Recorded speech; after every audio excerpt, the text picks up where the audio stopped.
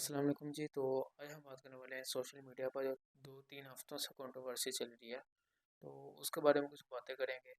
तो सबसे पहले पार्ट में हम स्टोरी को डिस्कस कर लेंगे, क्या स्टोरी है, बैकग्राउंड क्या है, और उसके बाद मैं अपना रिएक्शन दे दूँगा। तो अगर आपको स्टोरी का पता है तो आप स्किप करके रिएक्शन वाले पार्ट पर भी जा सकते हैं। तो यार स्टोरी का स्टार्ट कुछ ऐसे है कि स्टोरी के जो करेक्टर्स हैं वो सबसे पहले करेक्टर्स में होते हैं अ, डक्की भाई, रजब भाट, नदीम नानीवाला, जो कि एक कोर्स लॉन्च करते हैं, मिलीनियर प्रोजेक्ट। तो वो अपनी फैमिली का ख्याल करते हुए कि जैसे कि बकौल रजब भट्ट के हमें अपनी फैमिली का बड़ा ख्याल है।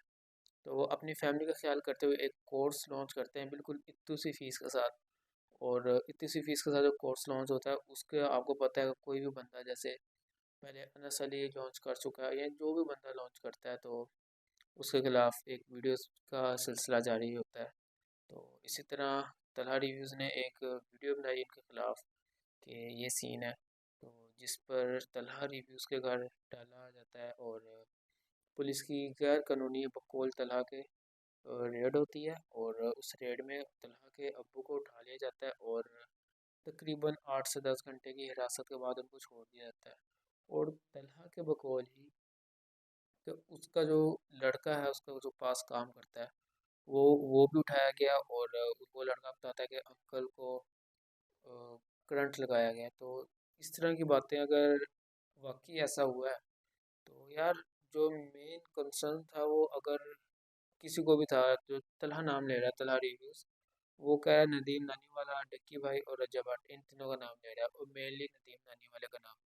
तो उनको जो भी कंसर्न था तो वो कंसर्न उनको तलहा के साथ होना चाहिए, पेरेंट्स को नहीं अंदर लाना चाहिए था। सबसे बड़ी बात ये है। और दूसरी बात ये है कि अगर ऐसा कंसर्न था भी तो फिजिकल होने तक नहीं आना चाहिए था और उनको वैसे ही बातचीत करके मामला तय करना चाहिए था। और तलहा ने उसके बाद जो एक्सपोज वीडियो बनाई है, उस एक्सपोज वीडियो में तलहा ने बहुत कुछ दिखाया जिससे भाई पब्लिक की जो अटेंशन है ना, वो तलहा की तरफ से गई है सारी। और टिकटॉक क्या, यूट्यूब क्या, इंस्टाग्राम क्या, हर जगह तलहा ही तलहा चल रही थी। कोई ये नहीं कह सकता कौन तलहा। तो सबको पता लग गया था कि कौन तलहा।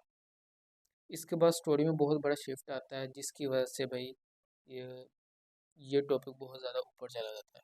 वो शिफ्ट ये है कि तलहा जो है वो कहता है अब मैं इनको नहीं छोड़ूंगा और मैं एक्सपोज करूंगा, और इस तरह वीडियोस पे वीडियोस का सिलसिला शुरू हो जाता है।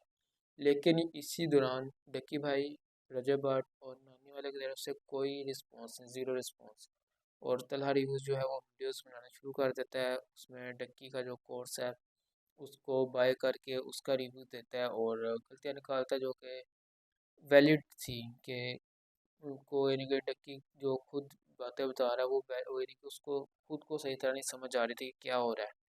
बातों बातों में स्टोरी का सबसे इम्पोर्टेंट फैक्टर तो मैं भूल ही गया, जो कि था शाम इदरीस। और वही बंदा है जिसकी वजह से सबसे बड़ा बायकॉट शुरू हुआ है। और शाम इदरीस की स्टोरी कुछ ऐसे है कि 2017-18 में शाम इदरीस का और जबकि डक्की भाई रोस्टिंग करता था, शाम इदरीस का और डक्की भाई का क्लैश चलता है जिसमें डक्की भाई शाम इदरीस को रोस्टिंग करता है। और बहुत बड़ा सीन है जिसमें बहुत बड़ा सीन है जिसमें डक्की भाई शाम इदरीस को रोस्टिंग करता है और बहुत बहुत ज़्यादा गलत बातें करता है डक्की भाई शाम इदरीस के बारे में। लेकिन मैटर ऑफ फैक्ट ये है कि उस वक्त शाम इदरीस ने डक्की भाई को उस तरह रिस्पॉन्ड नहीं किया जिस तरह करना चाहिए था। और तब तक की जो पब्लिक थी वो सब डक्की भाई के साथ थी, डक्की भाई के डाई फैन थे। और शाम इदरीस को अपने फॉलोअर्स लूज़ करने पड़े और वो साइड पे हो गए कोई रिस्पॉन्स दिए बगैर। लेकिन उस बंदे ने भाई 7 साल बाद ऐसा कम बैक किया है कि एक वीडियो डाली है उसने और वहाँ से बाइकआउट शुरू हुआ है और हर बंदे ने अपनी स्टोरी डालनी शुरू कर दी कि डक्की भाई ने ये किया हमारे साथ, डक्की भाई ने वो किया हमारे साथ। तो इससे ये इम्प्रेशन किया है कि भाई सबसे बड़ा मुजरिम जो है ना वो डक्की भाई है। और इसी सीन के साथ मार्केट में सिलसिला शुरू हो जाता है कि डक्की भाई का बाइकआउट किया जाए। और साथ साथ डक्की भाई के जो सब्सक्राइबर्स हैं वो माइनस होना शुरू हो जाते हैं और लोगों ने लाइव स्ट्रीम भी किया है इस पे, लाइव डक्की भाई माइनस सब्सक्राइबर्स, यानी कि डिक्रीज़ हो रहे हैं सब्सक्राइबर्स। तो इस चीज़ में सबसे ज़्यादा नुकसान हो रहा है डक्की भाई को। तो ऑब्वियसली डक्की भाई का फिर वो इस पे कोई एक्शन लेना बनता भी था, क्योंकि अभी तक तो कोई भी इस पे कुछ नहीं बोल रहा था कि हमने किया या हमने गलत किया या हमने सही किया या हमने किया या किया नहीं। तो यहाँ तक बात होती है। इसके बाद फिर स्टोरी में एक नया कैरेक्टर लॉन्च होता है जिसका नाम है अहमद स्मार्क, जो कि ई कॉमर्स का काम करते हैं और उनकी पहचान है कि उनकी गाड़ियों के ज़रिए पहचाने जाते हैं और ज़्यादातर लोग उनको उनकी गाड़ियों की वजह से ही देखते हैं, क्योंकि वो फास्टर रिबर्थ को ऑन करते हैं पाकिस्तान में। तो वो सुबह अपनी वीडियो डालते हैं जिसमें वो दिखाते हैं कि मैं बिजनेसमैन हूँ और मैंने एक नया ड्राइवर रखा है और ड्राइवर का नाम होता है डक्की भाई। तो लोग हैरान हो जाते हैं, भाई डक्की भाई इधर क्या कर रहा है। तो थोड़ी देर बाद एक अगली वीडियो आती है जिसमें वो स्टोरी बताते हैं कि भाई हम लोग जा रहे हैं तलहा को मिलने, क्योंकि डक्की भाई तलहा से मिलना चाह रहा था और तलहा ने मिलने से इनकार कर दिया, अपनी लोकेशन रिवील नहीं कर रहा था।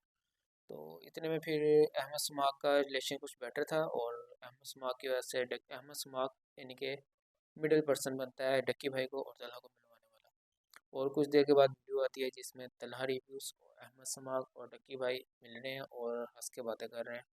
तो इधर पब्लिक का रिएक्शन बिल्कुल चेंज हो गया तलहा की तरफ। अभी तक जितनी भी फेवर थी, जितनी भी सिंपथी थी, वो तलहा के साथ थी, लेकिन इस क्लिप की वजह से सारी सिंपथी स्कैटर्ड होगी और तलहा के साथ सिंपथी नहीं रही, गालियाँ रह गई। तो कुछ हद तक लोग की बात वैलिड भी है कि भाई एक बंदे ने जो क्लेम कर रहा है कि एक बंदे ने तेरे वालिद को उठवाया है इलीगली और उनके साथ तशद्दुद किया गया यानी करंट लगाया गया, तो उसके बावजूद तो उस बंदे को जब मिल रहा है फर्स्ट टाइम तो हंस खेल के मिल रहा है, तो एक वैलिड पॉइंट भी बनता है। लेकिन खैर इस बात को हम बाद में डिस्कस करेंगे। तो उसके बाद सीन ये होता है कि कुछ देर बाद बिहाइंड द सीन की वीडियो आती है जिसमें पॉडकास्ट टाइप हो रहा है तलहा का और डक्की भाई का। उस सीन में ये होता है कि यानी बिहाइंड द सीन दिखाया गया। उसके बाद तलहा की कुछ वीडियोस आती हैं जिसमें तलहा कहता है कि अभी गालियाँ ना निकालो मुझे, अभी कल एक वीडियो है कि उसमें क्लैरिफिकेशन है। लेकिन एक्सपेक्ट ये किया जा रहा है कि डक्की उसमें अपोलॉजी करेगा, क्योंकि सबसे ज़्यादा नुकसान इस स्टोरी में डक्की को ही हो रहा है, क्योंकि कोई कोई बंदा रजब भट्ट को भी नहीं पूछ रहा और नन्ही वाले को भी नहीं पूछा, इन दोनों का कोई नुकसान नहीं हुआ और डक्की ही सबसे ज़्यादा खसारे में जा रहा है, क्योंकि लोगों ने उस पर स्टोरीज वाली वीडियोस भी बनाई हैं। जैसे वो नदी और मुनीब लड़का है, मीमर है, जो कि कराची से आया और डक्की ने उसको कराची से बुलाया, अपने घर में रखा उसको वीडियोज़ एडिटिंग करने के लिए। और बकौल मुनीब के कि उसको पानी भी नहीं मिलता रहा 2-2 दिन, और अगर मैं लाइट ऑन करके छोड़ जाता था कमरे में तो डक्की मुझे डांटता था, बच्चों की तरह मुझसे बात करता था, बहुत लेज़ी है डक्की। तो इस तरह की बहुत से लोगों ने अपनी स्टोरी सुनानी शुरू कर दी और एक नया सिलसिला शुरू हो गया। तो अब आते हैं रिएक्शन वाली साइड पे। मेरे रिएक्शन को स्टार्ट करते हुए यार मैं एक बात कहूँगा कि इंसान जो बोता है वही फल खाता है। जो इंसान ने बोया होता है उसको आज या कल या परसों या हफ्ते बाद, महीने बाद, साल बाद, 10 साल बाद उसका रिजल्ट, उसका रिटर्न उसको मिलता ही है। यही चीज़ अगर हम देख लें डक्की भाई के केस में हुआ है कि भाई डक्की भाई ने 7 साल पहले जो उस बंदे के साथ गलत किया है, और आज बहुत से यूट्यूबर्स भी कह रहे हैं, क्लेम कर रहे हैं कि भाई हम उस वक्त और डक्की के साथ थे, लेकिन आज जब हम मैच्योर हो गए हैं तो हमें रियलाइज़ हुआ कि हमने गलत बंदे की सपोर्ट की थी तब, क्योंकि तब सिनेरियो ऐसा था कि ज़्यादातर लोग हम बच्चे थे और अब हम मैच्योर हो चुके हैं। डक्की भाई ने गलत ये किया कि डक्की ने उसको रोस्ट इस सेंस में किया था कि वो फैमिली व्लॉगिंग करता है, और अगर आज देख लें तो कुछ कहने की ज़रूरत नहीं है। और डक्की उससे 10 गुना आगे की फैमिली व्लॉगिंग कर रहा है, यानी कि शाम इदरीस की अगर उस वक्त की फैमिली व्लॉगिंग देखी जाए तो वो एक डिसेंट वे में लेके चलता था, लेकिन आगे मैं कुछ बोलूँगा नहीं। दूसरी बात मैं ये कहूँगा कि यार सारा खुमियाजा जो है ना डक्की को भुगतना पड़ रहा है, क्योंकि सबसे ज़्यादा जो नेगेटिविटी है और डक्की के बारे में चल रही है, कोई नानी वाले के बारे में लोग बोल रहे हैं लेकिन उस तरह नहीं चल रहा, रजब भट्ट के बारे में उस तरह नहीं चल रहा, उन्होंने बोलना भी गवारा नहीं किया उस बारे में। और जो भी गलत काम होता है उसमें नदीम नानी वाले का नाम तो हर बंदा ही ले रहा होता है। तो ये सीन है। तो एक पर्सनैलिटी बिल्डअप होता है ना हर बंदे का, तो वो हो चुका है। और एक बात मैं ये कहना चाहूँगा कि यार हम लोगों को डिसाइड करना है, पब्लिक को डिसाइड करना है कि क्या करना है। हम लोग ये इनके पब्लिक जो है ना वो एक क्राउड की तरह है पाकिस्तान की।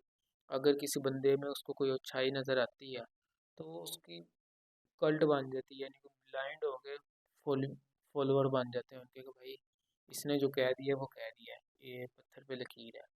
तो इस चीज़ को हमें ख़त्म करना पड़ेगा। ये चीज़ अगर हम पॉलिटिक्स की साइड पे भी चले जाएं तो उधर भी ये चीज़ हमें देखने को मिलती है कि हम लोग बहुत ज़्यादा रिजिड है इस मामले में, फ्लेक्सिबिलिटी नहीं दिखाते कि अगर इसमें कुछ अच्छाई है तो दूसरे में भी अच्छाई है, तीसरे में भी अच्छाई है, किसी में क्या अच्छाई है, किसी में क्या अच्छाई है और किस में बुराइयां कम है, ये चीज़ हम नहीं देखते। हम देखते हैं कि इसने हमारे म, काम की बात की है या हमें इसकी बात पसंद आई तो हम इसी के बंदे के साथ हैं। तो इन्फ्लुएंसर्स के केस में भी हमें ये चीज़ देखनी चाहिए कि जिस बंदे को फॉलो कर रहे हैं, जैसे कि एक लड़का आज उज़ैर गुज्जर नाम का यूट्यूब चैनल है, वो आज राना हमजा सैफ के बारे में कह रहा था कि यार उस बंदे को, मैं उसका डाई हार्ट फैन था, हैदराबाद से मैं लाहौर उसके लिए आया। और वो बंदा भी अपनी स्टोरी सुना रहा था क्योंकि एक ट्रेंड चल चुका है ना कि एक्सपोज हो रहा है हर यूट्यूबर। तो वो बंदा राना हमजा सैफ को एक्सपोज कर रहा था। तो हर बंदा एक दूसरे बंदे की स्टोरी में बुरा है, लेकिन ये बात छुपाने वाली या ना मानने वाली नहीं है। और एक और बात मैं करूँगा प्रेफरेंसेस के बारे में, कि हम लोग प्रेफरेंसेस ही ऐसे लोग हैं जिनको हम आइडलाइज करते हैं और बाद में वो लोग गलत निकलते हैं। वो फिर दोबारा आप देख लें पॉलिटिक्स के केस में हो जाए या फिर इन्फ्लुएंसर के केस में, मेजोरिटी जो लोग हैं वो डक्की भाई को जानते हैं, लेकिन डक्की भाई का एक भाई भी है, उसको बहुत कम लोग जानते हैं। और and he is one of the finest YouTuber in Pakistan. जी मैं बात कर रहा हूँ ज़िया के बारे में, ज़िया जुल्फ़िकार। तो वो रिसर्च बेस्ड जैसी वीडियोस बना रहा होता है वो बंदा यार, नाइस यार, उसकी रिसर्च होती है, मेहनत होती है वीडियोस के ऊपर। लेकिन हमारा इशू क्या है, हम लोग को इस तरह की रिसर्च बेस्ड चीज़ें पसंद नहीं है। हमें पसंद है किसी की ज़िंदगी के बारे में जानना या फैमिली को देखना किसी की। तो प्रेफरेंसेस की बात है। तो दूसरा मैं ये बात करूँगा कि यार हम लोगों में नेगेटिविटी भी बड़ी एक है कि पाकिस्तानियों में ना, कि नेगेटिविटी के बारे में बात करना, नेगेटिविटी को देखना, उसको डिस्कस करना, ये बहुत हमें पाया जाता है। तो हमें कोशिश करनी चाहिए कि एक पॉजिटिव एस्पेक्ट को देखा जाए और नेगेटिविटी को टर्मिनेट किया जाए, रेस्टिकेट किया जाए, जितनी हो सके कोशिश करें। बाकी देखते हैं कहानी में क्या शिफ्ट आता है। एक नया प्लॉट शिफ्ट आने वाला है जो कि वीडियो के बाद होगा, जो कि डक्की की और तला की है। और एक्सपेक्टेडली इसमें यही होगा कि मैं जो एक्सपेक्ट कर रहा हूँ कि डक्की इसमें कहेगा कि जो भी हुआ वो इनके नानी वाले ने करवाया, नानी वाले को, मुझे ये लगता है सिक्स सेंस मेरी कह रही है कि नानी वाले को बुरा बनाया जाएगा, क्योंकि उसको पहले भी कई बार बुरा बनाया जा चुका है और उसकी आई गेस कि उसकी पर्सनालिटी बिल्ड भी ऐसा हो चुका है। तो अभी देखते हैं कि आगे कुछ देर में वीडियो आ जाएगी तो देखते हैं उसमें क्या रिएक्शन है दोनों का। और अगर इस केस में मिसाल के तौर पर इस केस में मान लेते हैं कि सब कुछ नदीम नानी वाले ने करवाया तनहा के साथ, तो जो दूसरे लोग क्लेम कर रहे हैं उनका क्या, जैसे कि शाम इदरीस का तो सब कुछ पता है, शाम इदरीस है, बदला ब्रदर है, उसके साथ भी बहुत बुरा हुआ। वो भी क्लेम करता है कि भाई डक्की ने मेरे साथ ये करवाया। डक्की उसके घर भी गया था और यानी कि लड़ाई जब हुई थी उसके बाद वो डक्की उसके घर भी गया था, व्लॉग किया था। तो वो लड़का कहता है कि मुझे इनकी वजह से पाकिस्तान छोड़ना पड़ गया क्योंकि ये लोग हमें बर्दाश्त नहीं करते। और जेल भी जा चुका है वो लड़का बकौल उसके डक्की भाई की वजह से। उसके अलावा मुनीब की मीम से एक लड़का, उसने भी जो स्टोरी सुनाई है, तो उन स्टोरीज का क्या, उनकी कोई अपोलॉजी नहीं। तो ये देखना भी बाकी है। तो फिर मिलते हैं किसी अगली वीडियो में एक नए टॉपिक के साथ। तो तब तक के लिए अल्लाह हाफिज़।